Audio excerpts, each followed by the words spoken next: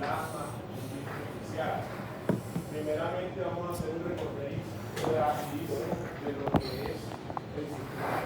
Vamos a tener un glomérulo en el cual vamos a tener una arteria aferente que va a estar pasando por otro glomérulo donde vamos a encontrar los túbulos que me van a permitir a mí realizar la filtración.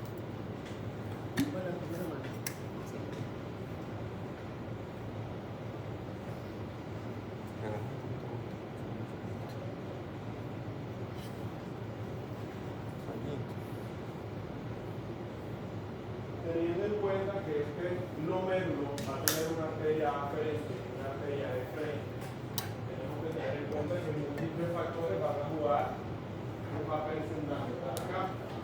Recordemos que vamos a filtrar diferentes solutos como lo es el sodio, lo es el potasio, lo es el cloro, lo es el bicarbonato, la glucosa, y que vamos a encontrar diferentes funciones a lo largo de este sistema. Primeramente vamos a encontrar aquí la filtración. Tenemos que tener en cuenta esa parte. Luego vamos a tener función en las diferentes partes del túbulo, donde vamos a tener la secreción y vamos a tener lo que es la reabsorción.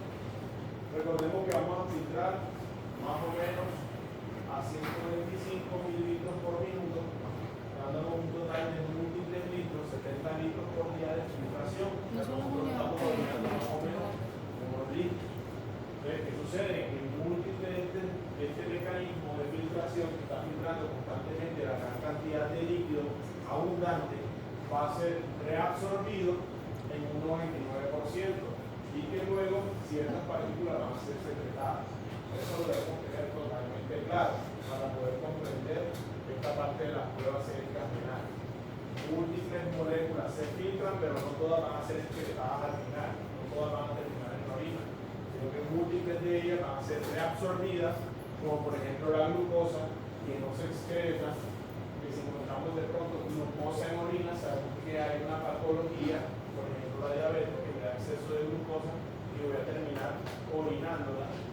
O por ejemplo, cuando hay excreción de proteínas en exceso, múltiples de estas proteínas, pocas se filtran, la mayoría de las que el poquito que se filtró se reabsorbe, por lo que tenemos que tener claro que si hay en la orina vamos a encontrar patologías.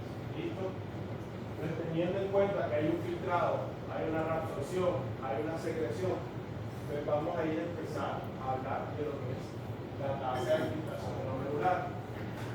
La tasa de filtración glomerular va a ser esa cantidad de líquido plasmático que se va a filtrar por minuto en el glomérulo. Entonces recordemos, vamos a contener la sangre que está dividida por dos componentes, el plasmático y el celular, que él va a estar pasando por este túbulo. ¿Listo? Este túbulo me va a filtrar gran cantidad de esa sangre, permitiéndome a mí sacar todo ese contenido que yo quiero excretar, es decir, esos desechos, y tratar de ajustar esa cantidad de líquido que está en mi cuerpo, dependiendo de si estoy deshidratado, hidratado o hiperhidratado. Estas tablitas se las traigo para que tengan claro que esto se aplica clínicamente. Es una revista que se llama Cadigro. Es una de las múltiples que existen, donde nosotros podemos medir la cantidad de filtrado glomerular que hay, y dependiendo de la cantidad de la tasa de filtración glomerular que hay, nosotros podemos decir ese paciente tiene los riñones dañados o están sirviendo, es decir, está filtrando la cantidad correcta o está disminuyendo la cantidad de filtración que hay. ¿Para qué me va a servir esto a mí? Para saber si el riñón es funcional o no. Y acá al lado tenemos una descripción de albuminuria. Recordemos que vamos a tener podocitos y diferentes estructuras que me van a permitir a mí saber si unas pueden ser filtradas o no. Recordemos que en esta membrana van a haber iones, más bien aniones, es decir, iones negativos que me impiden a mí que proteínas como la filtradas de manera eficiente. Entonces, si nosotros, como les dije inicialmente, encontramos, por ejemplo, en la orina proteínas abundantes, podemos saber que de pronto hay un daño a nivel renal. Entonces, analizando 100%, podemos medir a nivel sérico la tasa de filtración glomerular, donde vamos a contener múltiples categorías. No necesariamente se utiliza esta que les estoy mostrando como un ejemplo, hay otras. Y dependiendo de cómo vemos esa tasa de filtración glomerular, nosotros vamos diciendo, este riñón me funciona, este no, y así sucesivamente. También hay pruebas a nivel urinario donde nos podemos ayudar guiándonos a ver si esta funciona o no. ¿Listo? Vamos a ver la diapositiva para quien no me entendió lo que quise decir. La tasa de filtración es la cantidad de plasma ultrafiltrado que se forma por minuto. Se mide a través de la medición plasmática de una sustancia y la medición de la cantidad excretada de esta misma. Es decir, la cantidad de una sustancia que yo estoy inyectándole a un cuerpo. En este caso, vamos a hablar de una sustancia muy importante. Primeramente tenemos que saber, vamos a tener, por ejemplo, yo estoy acá.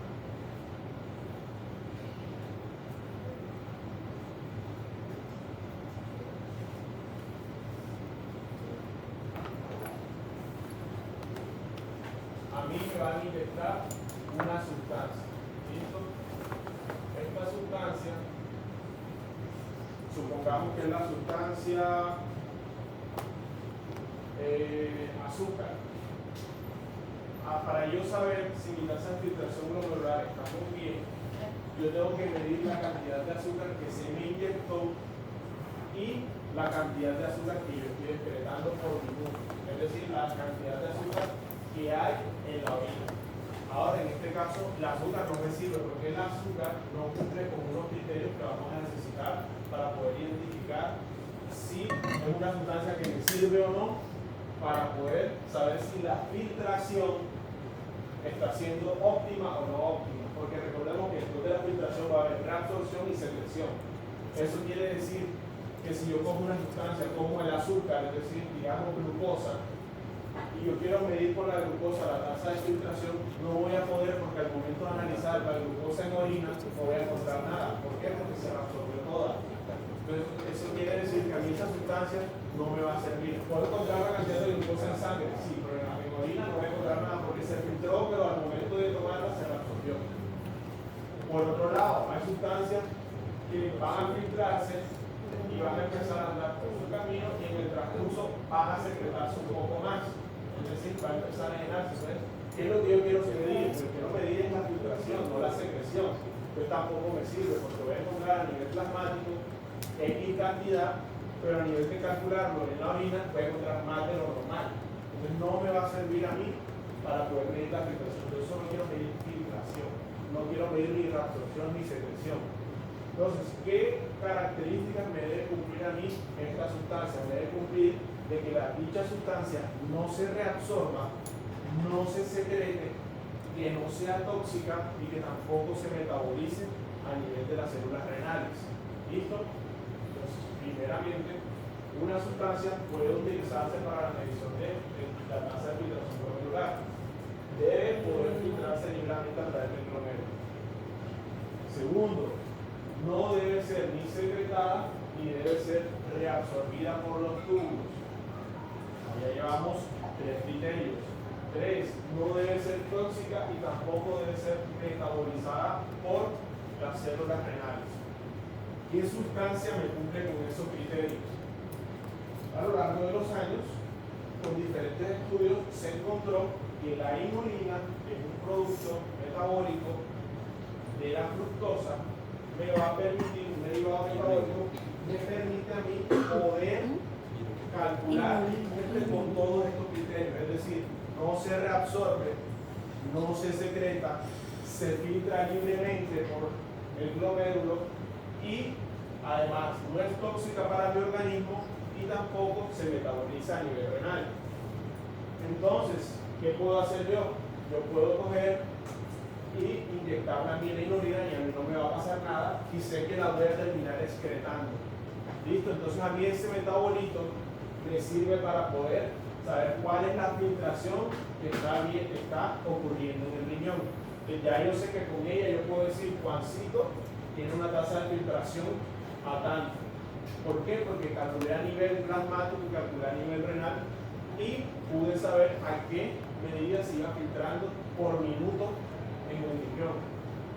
¿Listo? Entonces, para ir aclarando un poco más este tema de la inulina y de la filtración glomerular, tenemos que hablar de lo que es la depuración plasmática renal. ¿Qué es la depuración plasmática renal? Esa inulina que yo inyecté pasa ¿a dónde? Al plasma. Recordemos, tenemos la sangre y esa sangre va a contener diferentes fluidos que van a ser al interior del plasma y células. Tenemos dos componentes. Una vez yo inyecto, por ejemplo, la inulina, la depuración va a ser el tiempo en el cual el cuerpo va a ser capaz de filtrarlo y quitarlo del plasma. Es decir, filtrarlo por esa célula renal. ¿Listo? La depuración plasmática, que es simple y sencillo, el tiempo que se demora en filtrar dicha sustancia al riñón al momento de yo tenerla en el cuerpo. Vamos a ver, es el volumen del plasma a partir del cual una sustancia es eliminada completamente por el riñón en un determinado tiempo. Facilito, sencillo. Entonces, ya teniendo en cuenta estas dos cosas, debemos saber que primeramente esta tasa de filtración glomerular o depuración plasmática la vamos a medir entonces en mililitros por minuto. Es decir, qué cantidad de esa sustancia se está filtrando por minuto. ¿Listo? Si es aumentada, si es disminuida, si es perfecta, eso ya lo iremos controlando. ¿Listo? La cantidad de esa sustancia que aparece en la orina por unidad de tiempo es el resultado de la filtración glomerular. ¿Listo? Entonces, vamos a hablar entonces de la depuración de inulina o Gleditz. ¿Listo? Entonces, esta depuración la vamos a calcular con dichas unidades que ya hemos venido hablando: concentración plasmática, concentración urinaria y la cantidad de tiempo y volumen de orina que está habiendo. Entonces, primeramente, yo voy a inyectarme a mí la inulina y voy a esperar que esa inulina se diluye en todo mi cuerpo. Recordemos que somos líquido intracelular y líquido extracelular y que toda molécula que entra en mi cuerpo se tiene que equilibrar en ambos lados, es decir, ambos compartimientos. Tenemos un compartimento de líquido intracelular y un compartimento de líquido extracelular, que este se va a dividir en dos: el intersticio y el plasma. Esa inulina que yo estoy inyectando, que de hecho no lo inyecto aquí, sino que lo inyecto acá, porque estoy inyectando vía sanguínea, es decir, directo al plasma, él se tiene que equilibrar en todos los compartimentos. Es decir, tiene que haber la cantidad acá, tiene que haber la misma cantidad acá, tiene que haber la misma cantidad acá. Él busca el equilibrio primeramente. ¿Cómo hago yo eso? Con una infusión de inulina hasta buscar el equilibrio. Ok, estamos teniendo la infusión de inulina, ya sabemos cuál es la cantidad que estamos inyectando, entonces tengo que yo ver la cantidad de volumen que estoy produciendo por minuto de orina. Luego de eso, esa cantidad de orina, yo voy a calcular cuánta inulina va a haber en esa orina. Y ya teniendo en cuenta el volumen por minuto que hubo de orina, por ejemplo, el volumen que hubo en una hora, la cantidad de concentración que hubo de inulina y la cantidad plasmática, me va a dar a mí la depuración de la inulina, es decir, la cantidad de inulina expulsada o filtrada o excretada que hubo por minuto. ¿Listo? Vamos a explicarlo leyéndolo como si de pronto a mí no me entendieron. Concentración de X, en este caso la inulina en la orina, por el flujo urinario por unidad de tiempo, que es este que tenemos acá, dividido entre la concentración plasmática arterial de la inulina. En este caso estamos reemplazando X por inulina. ¿Listo? Este valor se le va a denominar el clearance de X, que en este caso estamos hablando de inulina. ¿Listo? En la práctica, como les comenté, se administra vía intravenosa una dosis cargada de inulina. A Juancito, a Héctor, vinieron, le inyectaron inulina y esperamos que hubiera un equilibrio en ambos lados, es decir, una concentración constante. Después de que se equilibra la inulina con los líquidos corporales, es decir, líquido intracelular y líquido intracelular, se recoge una muestra de orina cronometrada con precisión y se obtiene una muestra plasmática a mitad de la colección. Se determina la concentración de plasma de inulina y en la orina y se calcula la depuración, que sería el volumen, la cantidad plasmática, la cantidad urinaria. Y aquí tenemos la fórmula como tal. ¿Cuál es la tasa de filtración normal comúnmente? 126 mililitros por minuto. Entonces, si yo le hago uno a ustedes, se supone que debe tener entonces una depuración de 126 mililitros por minuto. Ahora, comúnmente hay otra sustancia que es la creatinina, que también me sirve a mí para poder calcular la tasa de filtración glomerular. Pero la creatinina tiene un problemita. No cumple con todos los criterios. ¿Cuáles son los criterios? No reabsorción, no secreción, que no sea tóxica, que no sea metabolizada por la célula renal y que tenga una tasa de filtración libre. Cumple con la filtración, no se reabsorbe. Pero ¿con cuál no me está cumpliendo? Con la secreción. Ella se secreta, se secreta un poquito más, pero como es tan mínimo, sea yo que podríamos utilizarlo. ¿Y qué es lo que sucede? Que la vinculación de creatinina me va a dar a mí una tasa de filtración glomerular con un 20% mayor a lo esperado en un clearance de inulina.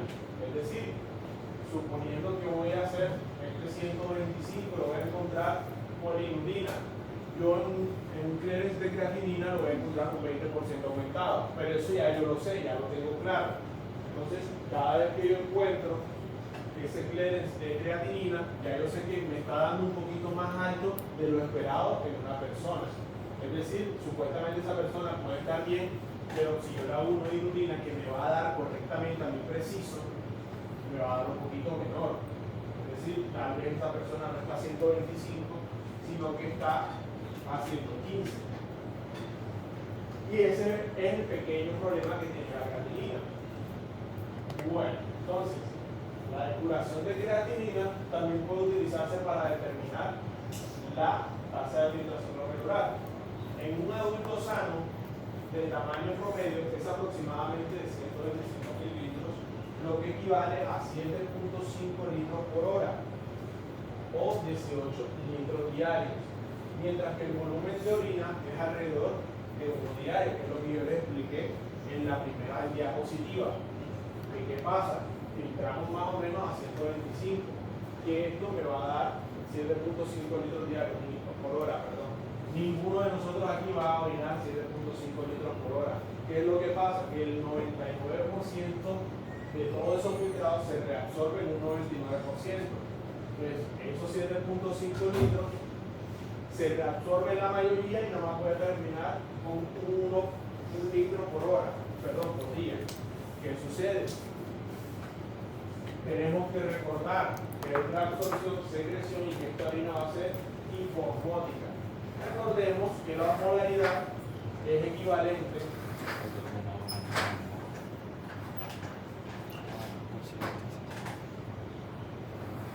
a concentración. ¿Qué quiere decir? Que la orina va obteniendo diferentes cambios a lo largo de su pasada por el túbulo proximal, asa de L, porción descendente, porción ascendente, el túbulo colector, donde me va a ir cambiando las concentraciones que finalmente me va a dar a mí una orina hiposmótica, es decir, menos concentrada que el plasma sanguíneo. ¿Cuánto es? Más o menos entre 60 y 100. ¿Listo? Aquí tenemos una tabla de las diferentes depuraciones que me va a dar a mí de glucosa, sodio, cloro. Si nos damos cuenta, y estamos viendo la glucosa es 0. ¿Por qué? Porque sí, la estamos filtrando, pero ahora estamos injetando. ¿Por qué? Porque se reabsorbe completamente. Entonces, finalmente, como la mayoría no cumple con los criterios, no me va a servir a mí para poder tomarlo como una guía para saber si la filtración es correcta o no. Ahora, ¿qué es la creatinina? La creatinina es un producto endógeno que me va a venir a mí de la creatina. ¿Listo? Es un producto del metabolismo de la creatina. Entonces tenemos que tener en cuenta que el metabolismo de esta se da a nivel muscular y hepático. ¿Listo? Tenemos que saber que su excreción, finalmente, como lo expliqué, es su filtración más la secreción. Entonces, serían estos dos puntos. Que es, teniendo en cuenta, se supone que no cumple con los criterios, pero como su secreción no es tan grande, podemos tomarla y guiarnos por ella. ¿Cuánto me va a aumentar? Un 20%, como ya lo he mencionado. La tasa de filtración glomerular desciende con la edad de los individuos sanos e igualmente el aclaramiento de creatinina. ¿Qué quiere decir? Que ya cuando vamos envejeciendo nuestros órganos no van a ser iguales, envejecemos por fuera y envejecemos por dentro. Quiere decir que no vamos a tener las mismas funciones como siempre. ¿Listo? Acá tenemos lo que vamos a hacer habitualmente.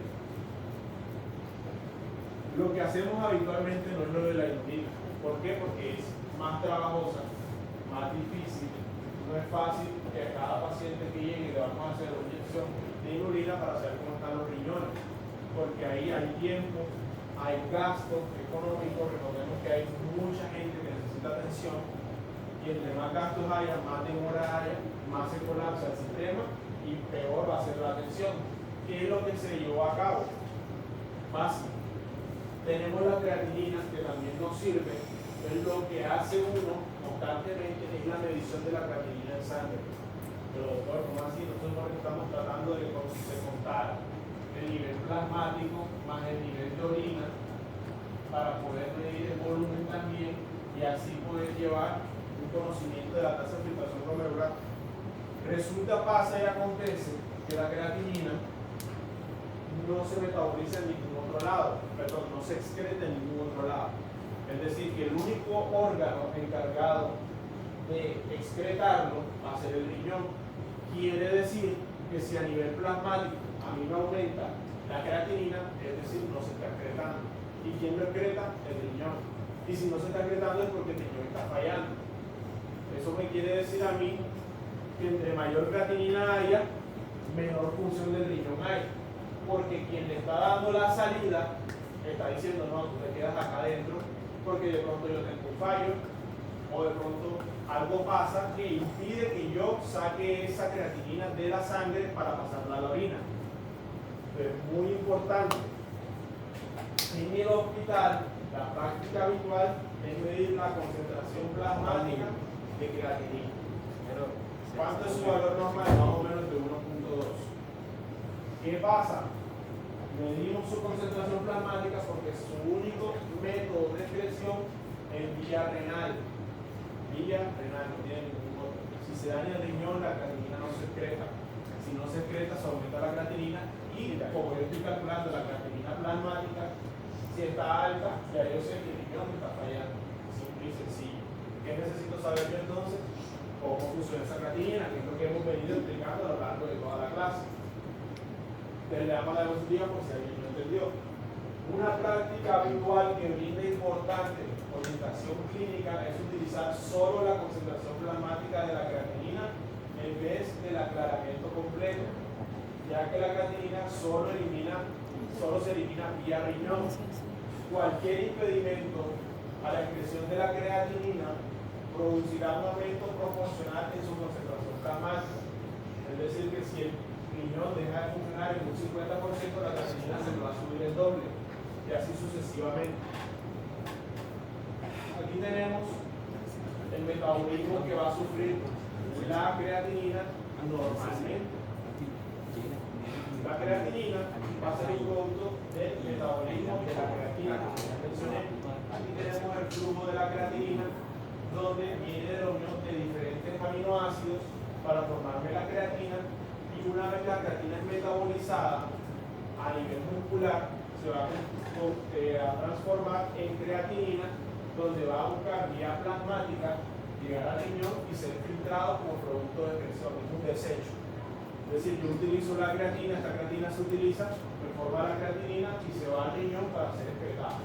¿Listo? Entonces, entre mayor creatinina acumulo, sé que es un producto de excreción que se supone que no debería estar en sangre y sé que algo está mal. ¿Listo? Su rango normal, como ya mencioné, de 0,6 a 1,8. Listo. Bueno, entonces aquí vamos a hablar de algo muy importante y usado en práctica clínica casi que constantemente. Les hablé inicialmente de la tasa de filtrado, de la depuración de inulina, de la depuración de creatinina, porque tienen que saber de dónde sale cada cosa. Si no lo saben, no lo van a entender. Ya sabemos que utilizamos en clínica, que es la creatinina, pero teniendo en cuenta el valor de la creatinina de 0,6 a 1,2, ese 1,2 de pronto encuentras una creatinina en 1,3. Entonces tú no vas a saber si está bien o está mal. ¿Qué se ha hecho a nivel clínico? Se han sacado diversas fórmulas, como esta que tenemos acá, las cuales me van a permitir a mí calcular la tasa de filtración glomerular de ese paciente. ¿Para qué quiero la tasa de filtración glomerular yo? Para determinar si está bien el riñón o está mal. Entonces, ¿qué hago yo? Llegamos así, doctor, me siento mal, tengo fiebre, tengo malestar, yo le pido una creatinina, yo veo la creatinina, la creatinina está regular, está en 1,4, de pronto está deshidratado, no sé. Vamos a calcular cómo está su tasa de filtración glomerular a base de esa creatinina. Si ya yo sé que la creatinina está alta, sí, de pronto tiene un problema renal, pero tengo que saber qué tan mal está. Yo no sé si está muy mal, está regular, etc. ¿Por qué? Porque eso va variando dependiendo de la edad de la persona, el género y su raza, etnia, etc., procedencia. Entonces, como eso es muy variable dependiendo de si es americano, si es negro, si es blanco, si es, etc., se han hecho múltiples estudios donde una fórmula me calcula mi base, género, raza, etc., si esa persona tiene una tasa de filtración correcta, mala. Entonces, me llega el paciente, pido la creatinina 1,3 y esa creatinina la coloco en la fórmula. Una vez tengo esa fórmula me va a arrojar a mí una tasa de filtración glomerular. Y la voy a comparar con otra tabla, que se supone que se deben ir aprendiendo. ¿Para qué? Para que ustedes reciban una tasa de filtración glomerular y digan, está bien, está mal, o está aceptable. Sucede y pasa que hay enfermedades renales agudas y enfermedades renales crónicas. Las renales crónicas son aquellas que se van asentando con el tiempo y pueden terminar en diálisis. Y hay agudas que, como por ejemplo, una simple deshidratación, yo nada más lo hidrato y mejoro porque estoy aumentando el flujo renal.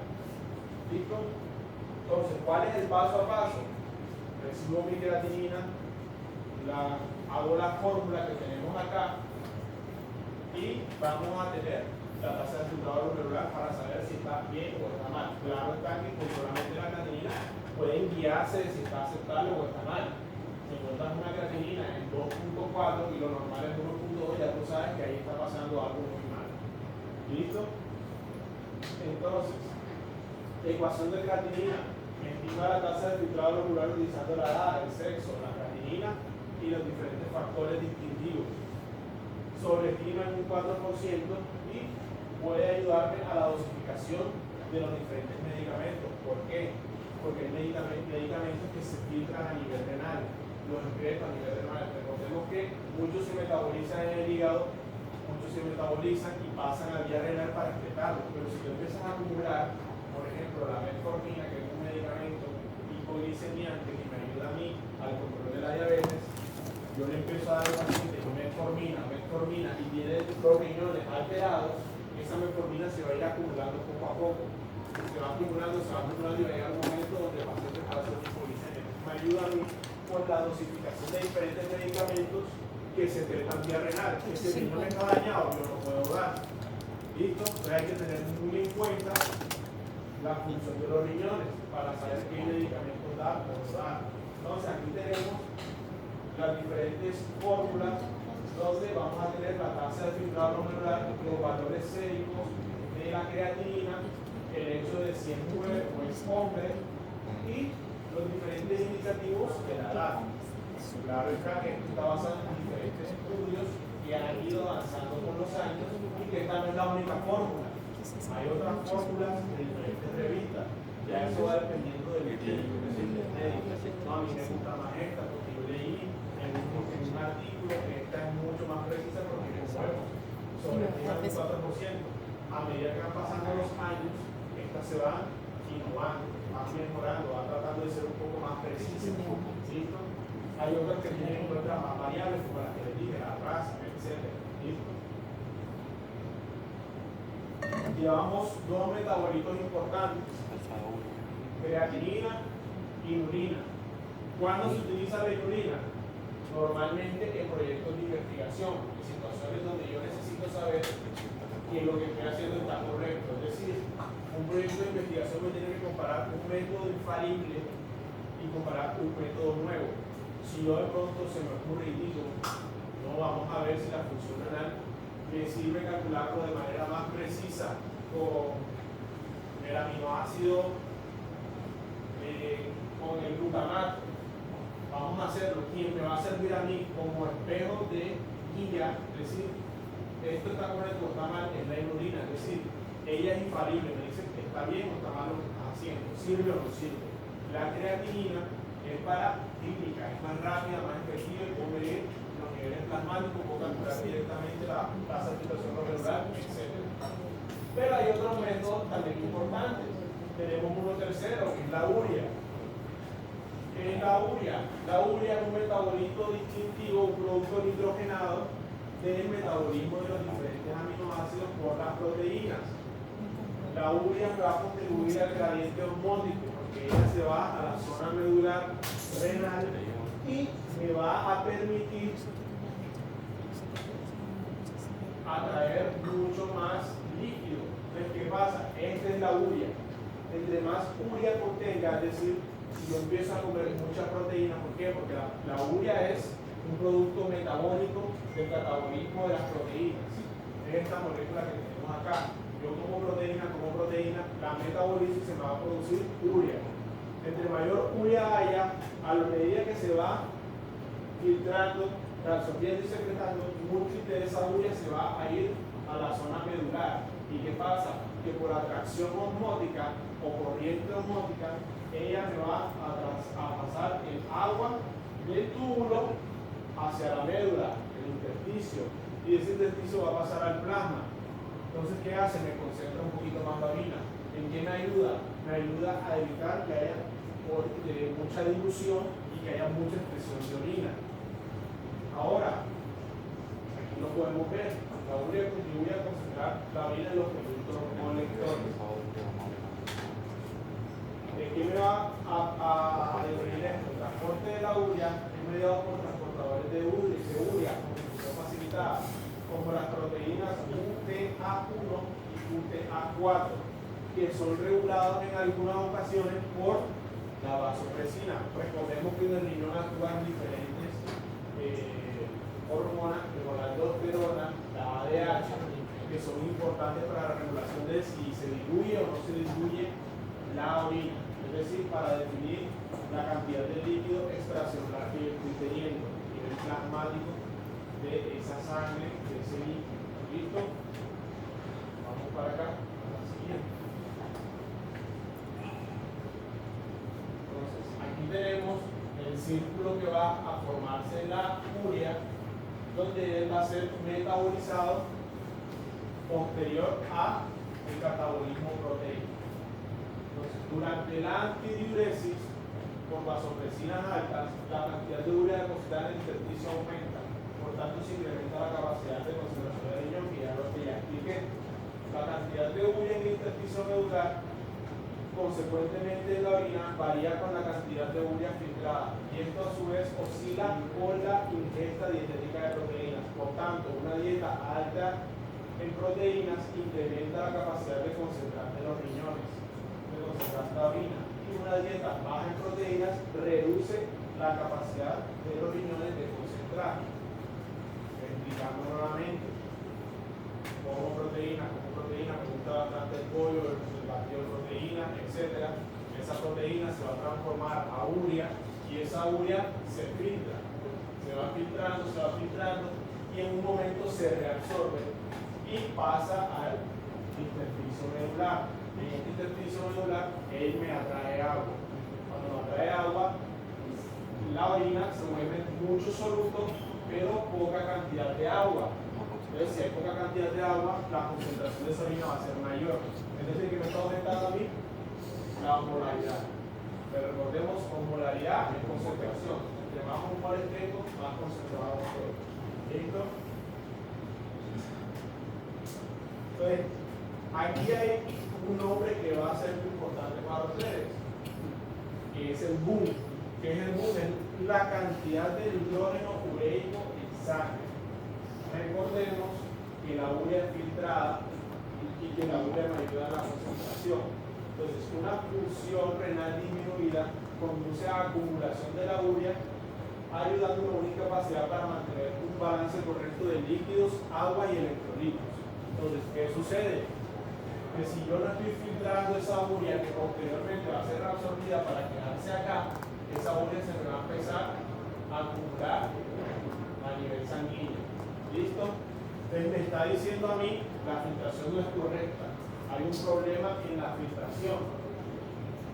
En Europa tienden a utilizar la urea completa, la molécula, y calculan la cantidad de urea que hay y dicen, bueno, está muy alta, tenemos una filtración mala, hay un problema, porque la urea también se metaboliza a nivel del hígado. ¿Listo? Entonces por eso necesitamos urea y creatinina. Pero resulta y pasa que en Estados Unidos entonces ya no quieren utilizar solo la urea, sino que cogen nada más la molécula de nitrógeno.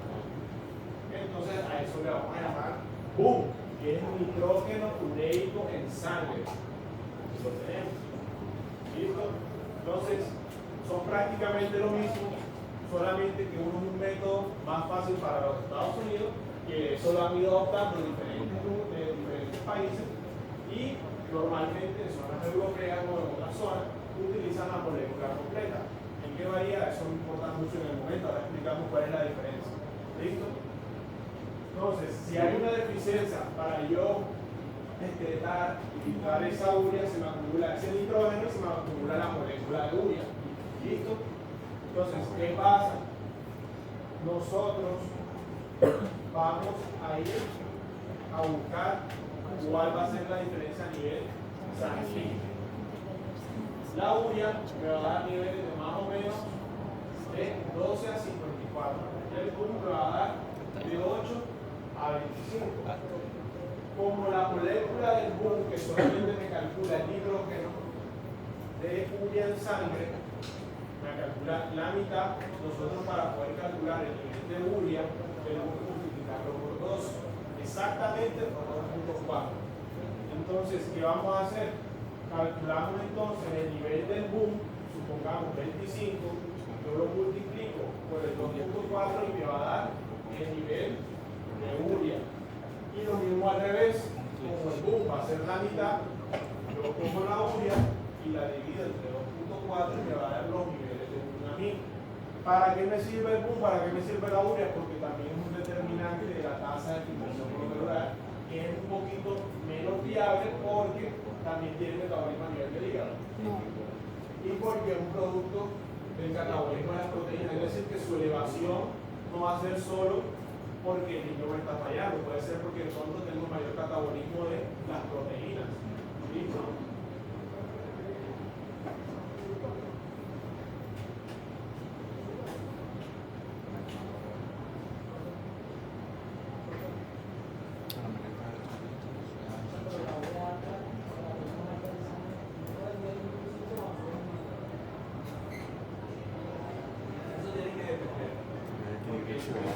Para saber si hay un daño renal, pero los síntomas son síntomas de una enfermedad. Por ejemplo, un paciente te dice, doctor, se me están hinchando las piernas y la cara, está acumulando líquido. Está acumulando líquido y tú dices, bueno, aquí me puede estar fallando porque quién es el encargado de expulsar ese líquido, el riñón. ¿Y a quiénes vas a buscar tú para hacer ese riñón funcione? A la urea, a la creatinina y al humo. ¿Listo? Entonces, no es que te va a un síntoma como tal ella sola puede causártelos a nivel renal porque es un producto de degradación que se supone que tienes que excretar y se acumula en el cerebro, se produce diferentes cosas y también en la piel produce raquiña, pruritos, color amarillo, etcétera, un montón de cosas, pero como tal, ahora mismo lo que estamos tratando de enseñar es que tú lo vas a utilizar para cuando pienses que hay un daño renal. Si tú dices, no, me estás curando líquido, me parece que puede ser una enfermedad renal, que voy a utilizar yo para saber si el riñón funciona bien, la urea, la creatinina y el no, me salieron mal, ya yo sé que el riñón está fallando, su problema es renal. ¿Listo? En este caso sí te puede producir, pero no es lo que estamos enfocados ahora. Pero sí es un problema que puede ocasionarse. Entonces, cuando hay una ausencia del metabolismo, perdón, del aclaramiento de la tasa de filtración, podemos encontrar que todos estos metabolitos que no se ven bien, pero yo se los digo, pueden acumularse el potasio. Recordemos que la hiperpotasemia me puede causar arritmias, me puede causar diferentes patologías a nivel muscular. Tenemos hiponatremia, tenemos hipernatremia y los diferentes electrolitos que se me van a acumular dentro de la sangre. Que por eso muchas veces cuando la tasa de filtrado glomerular ya está muy dañada, es decir, el riñón ya no funciona, se tiende a pasar a los pacientes a diálisis. Es como si fuese un riñón que está afuera, que me va a hacer a mí la función del riñón. Es decir, la sangre la sacan al paciente por un tubo que va directo a una máquina que filtra esa sangre para poder sacar toda esa basura y esos excesos que tiene la sangre y volvérsela al paciente, que es lo que tiende a hacer. ¿Listo? Entonces vamos a tener aquí, bueno, esta no la leímos, las causas de elevación de urea en sangre, es decir, uremia, son la disminución del volumen plasmático, pero la deshidratación, que es el ejemplo que les di, o hemorragias, catabolismo proteico excesivo, que es el otro ejemplo que les di, cosas como la diabetes, la tirotoxicosis, infecciones, hipertensiones aerotrópicas, disminución de la capacidad de concentración del riñón, que es lo que estamos enfocados ahora. Entonces, deshidratación porque me concentra la molécula, es decir, estamos bajos morales. El catabolismo porque el producto de donde viene la urea son las proteínas. Es decir, que mayor proteínas tengo, mayor catabolismo de ellas, mayor urea voy a tener, y así sucesivamente. Relación con creatinina. La relación con creatinina es muy utilizada porque a mí me sirve para saber si hay un daño a nivel renal o de pronto un daño a nivel hepático.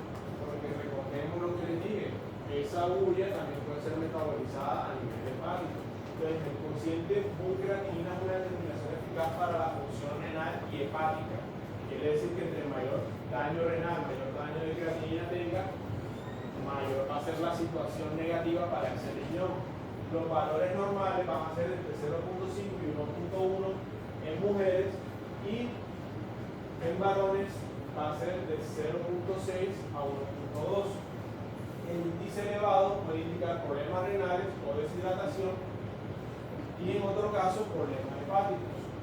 Bajo podrían señalar una función hepática disminuida por deficiencia proteica. Entonces, ¿qué sucede acá? Tenemos el valor del BUN, que es un denominado,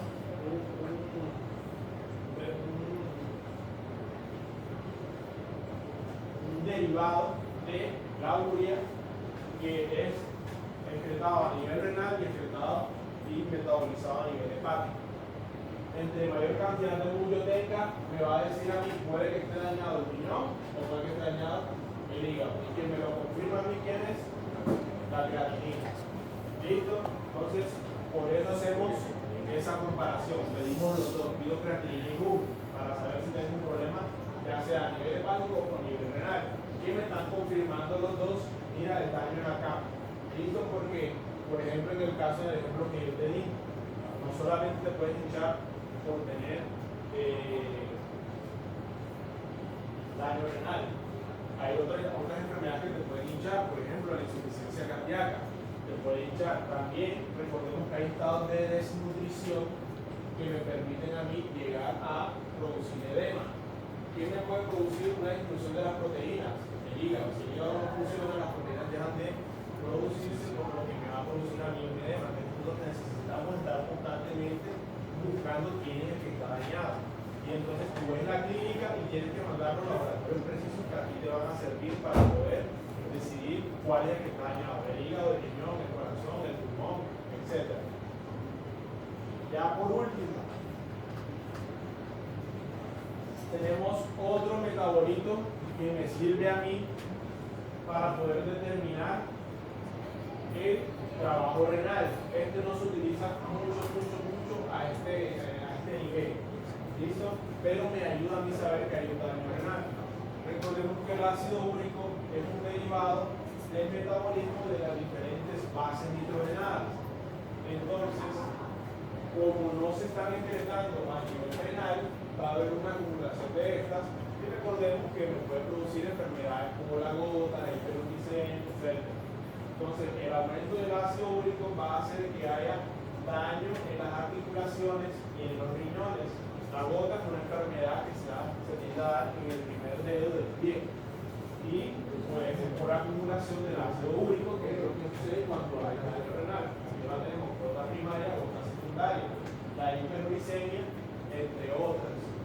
Entonces, ahora vendría el examen, pero por último vamos a hacer un repaso rápido otra vez para que les quede claro y no se rajen en ese quiz. Entonces, tenemos el glomérulo, los túbulos, el proximal, el asa como el descendente, el ascendente, y tenemos el túbulo colector y el túbulo distal. Recordemos, hay filtración, hay excreción y hay secreción. Para poder medir la filtración, que es lo que a nosotros nos importa, tenemos que cumplir con unas reglas en la sustancia que vamos a utilizar para poder determinar esa filtración. Es decir, que esa sustancia no debe ser tóxica, no debe ser metabolizada por estas células, no se debe reabsorber y no se debe secretar. Y debe ser filtrada libremente, obviamente, para poder la filtración. ¿Quién es así? La inulina. ¿Por qué no se utiliza frecuentemente la inulina?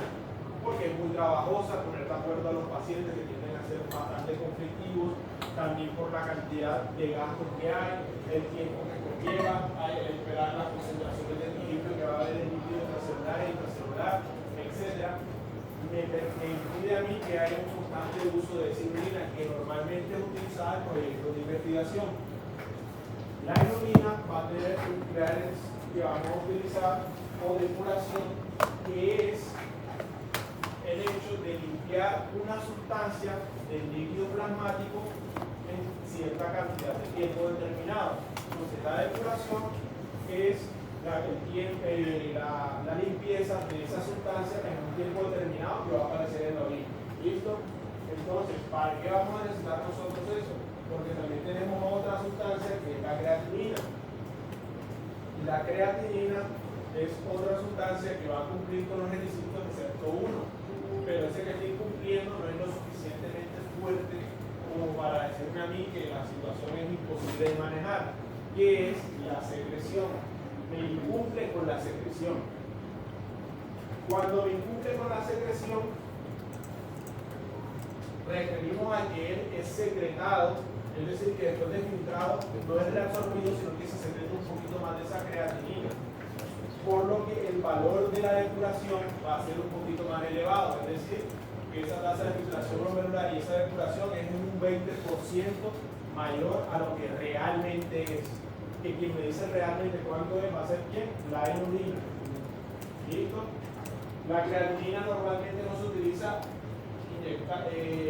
calculando totalmente la depuración, que se puede hacer pidiendo la creatinina en orina, creatinuria, hasta de 24 horas, que eso tienden a hacerlo a veces por proteinuria de 24 horas, pero lo que hacemos normalmente es el cálculo plasmático de la creatinina, es decir, pedimos una creatinina que hay en sangre, porque el único que la filtra, que la excreta, es el riñón, es decir, que si el riñón está dañado, se acumula la creatinina en sangre. ¿Listo? Su valor normal es de 0.6 a 1.2 y es un producto de degradación de la creatina, que es un producto muscular.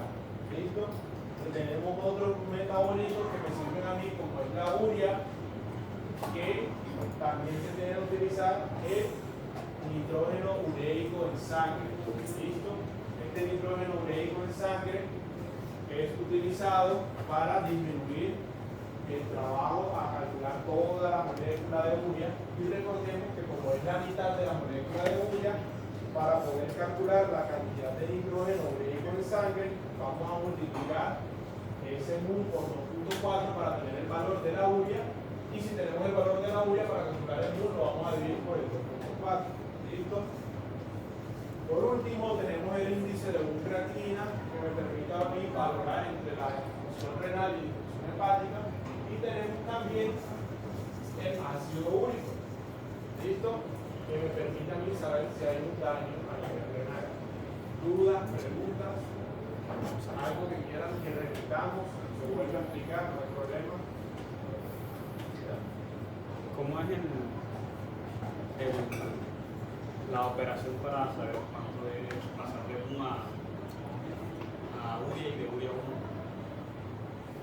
De una Urea es igual creatinina. a 1 por 2.4. Acá lo tenemos. De 1 a urea por Recordemos que el boom es solamente la molécula de nitrógeno, es decir, el nitrógeno ureico en sangre. Y la urea es toda esta molécula. Quienes calculan el urea van a tener un valor, supongamos, de 54. Entonces, 54. Si yo quiero obtener